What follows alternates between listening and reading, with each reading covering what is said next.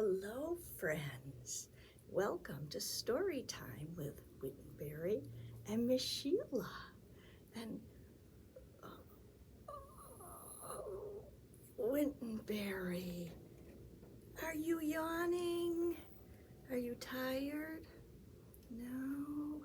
Did you want to know about yawns today? Yeah, Wintonbury wants to know about yawns. See this little boy? Let's see, Wintonbury's going to show him to you. He's yawning. How many of you yawn?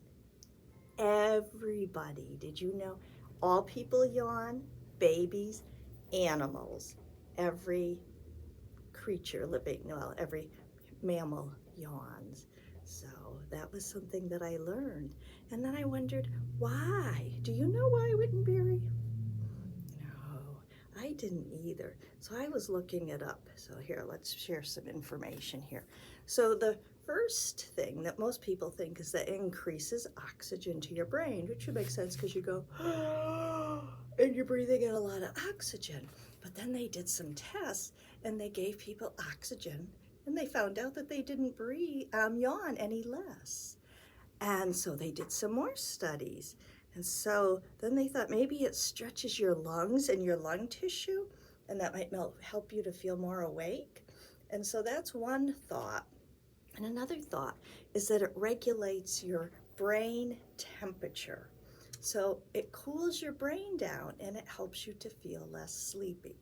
Now, again, these are all just theories and they haven't proven them yet, but I find it very strange that they don't know why we yawn, yet we all yawn.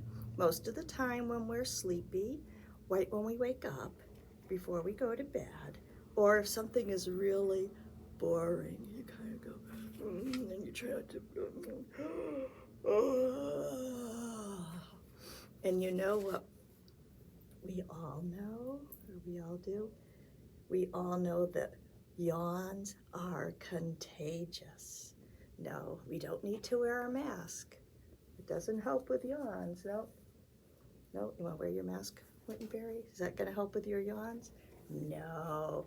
No, it just means that when you see somebody yawn, then you start yawning too.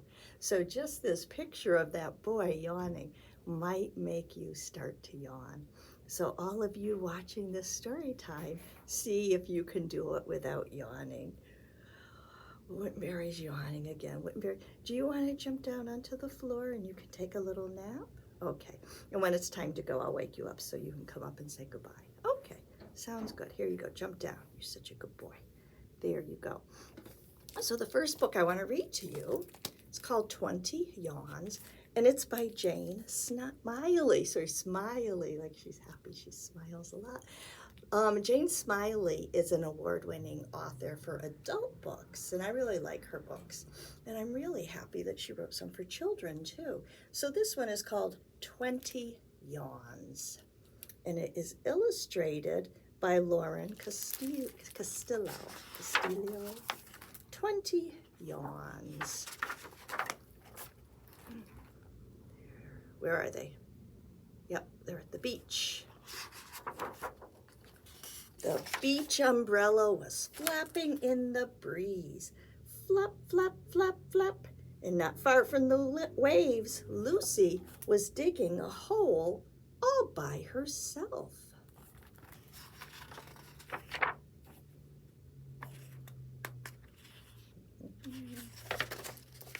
It got so big that her dad could lie down in it.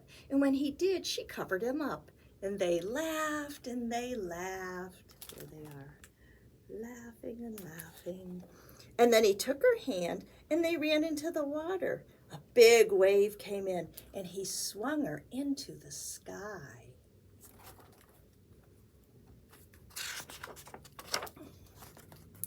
Lucy walked with Mom and Dad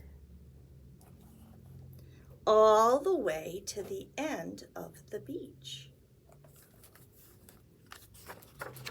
And on the way back, Lucy rolled and rolled down the soft, warm dunes. Even though she got dizzy and sandy, she didn't want to stop. Mom and Dad and Lucy stayed longer at the beach than they ever had before. Lucy yawned. Mom yawned. And Dad yawned. Mom said, early bedtime. Outside Lucy's bedroom, the sun was sinking below the horizon. Strips of clouds were pink and red. Lucy put her pajamas on inside out, climbed into bed, and yawned a big yawn. Mom began to read her a story. Once upon a time, there lived a wonderful little boy named Fred. He was perfect in every way, or so his mother said. Lucy stretched and smiled, and then she gave a big yawn, and she closed her eyes. Mom stopped reading. She was asleep. The moon shone through the window, a silver veil that fell across the floor. Everything looked mysterious, even Lucy's own hands on the bedspread. Suddenly, Lucy was wide awake. She looked around. Everyone in the picture seemed to be watching her. Grandma and Grandpa, Aunt Elizabeth, and Mom and Dad. Even Fred in the book that Mom had dropped on the floor. And he's down here. Lucy slipped out of bed and padded to the door. Her dad was snoring in the living room. The house was very quiet. Lucy needed Molasses, her bear.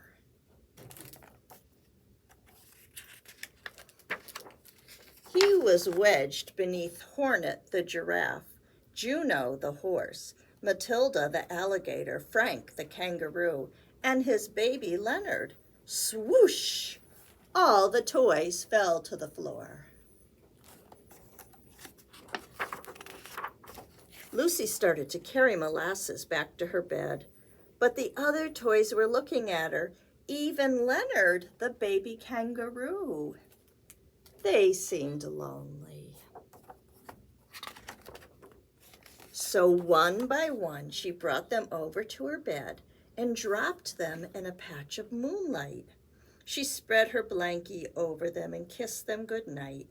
And now they looked sleepy and happy.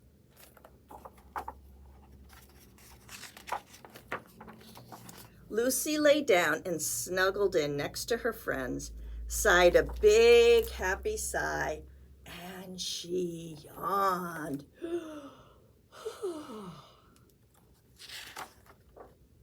She saw Grandma yawn, and she saw Grandpa yawn, and she saw Aunt Elizabeth yawn. She saw Mom yawn, and she saw Dad yawn. She saw Fred in the book yawn. She saw the moon yawn.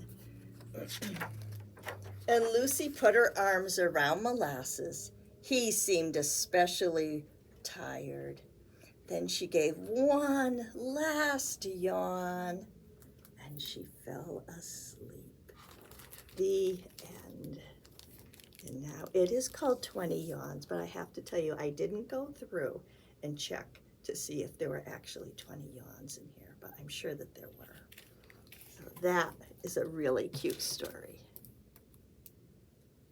I love that one. Okay. And this one is called The Yawns Are Coming. And it's by Christopher Eliopoulos. Look at that.